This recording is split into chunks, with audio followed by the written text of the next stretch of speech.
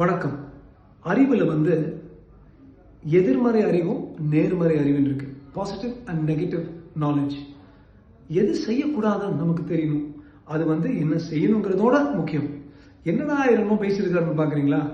நம்ம டிவிக்கு விஜய் கிட்ட தான் நான் பேசிக்கிட்டு இருக்கிறேன். காங்கிரஸ் சொல்லியிருக்காங்க தாவேகாவோட ஜாயின் பண்றாங்க. தாவேகாவுடைய கொள்கைகள்ல நடுவில் இருக்கிற மைய புள்ளி பீம்ராவ் அம்பேத்கர் சாஹிப். காங்கிரஸ் போல வேற யாருமே அம்பேத்கர் அவ்வளவு எதிர்க்கல. சத்தாராங்கிற இடத்துல அம்பேத்கர் நிக்கிறார்.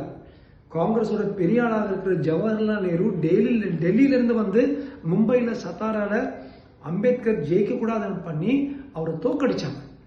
ஜோக்நாத் மண்டல் என்கிற இன்னொரு தலித் தலைவர் தனது இடத்தை விட்டு கொடுத்ததுனாலதான் அம்பேத்கருக்கு அப்புறம் இடம் கிடைச்சு அரசியல் சாசனத்தை எழுதினாங்க.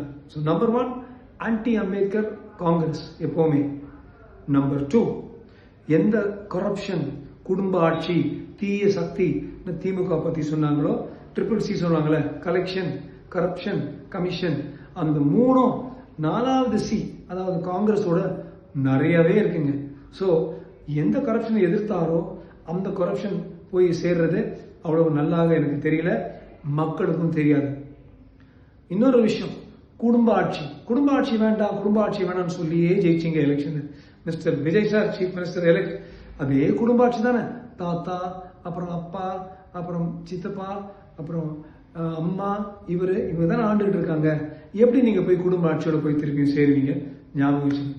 கடைசி பாயிண்ட், என்ன சார் உங்க கட்சி பேரு? தமிழக வெற்றி கழகம். தமிழகம்ங்கிறது உங்களுக்கு இருக்கு. லட்சக்கணக்கான நமது தமிழ் சகோதரர்களையும் சகோதரிகளும் கொஞ்சம் கூட ஈவு இரக்கம் இல்லாம இனப்படுகொலை அங்க செய்யப்படுது. அதை பார்த்துக்கிட்டே விட்டதும் நீங்க ஒற்ற இதே காங்கிரஸ் கவர்மெண்ட் தானே சார். சோ இந்த 4 காரணங்களுக்காக இந்த negative knowledge what not to டூங்கிறது நமது விஜய்க்கு வரணும்னு ஆண்டவனை வேண்டிக்கிறேன். விஜய் தயவு செய்து காங்கிரஸோட மட்டும் போகாம இருந்தா மக்களுக்கும் அவருக்கும் நாட்டுக்கும் நல்லா இருக்கும் நினைக்கிறேன். ஜெய்.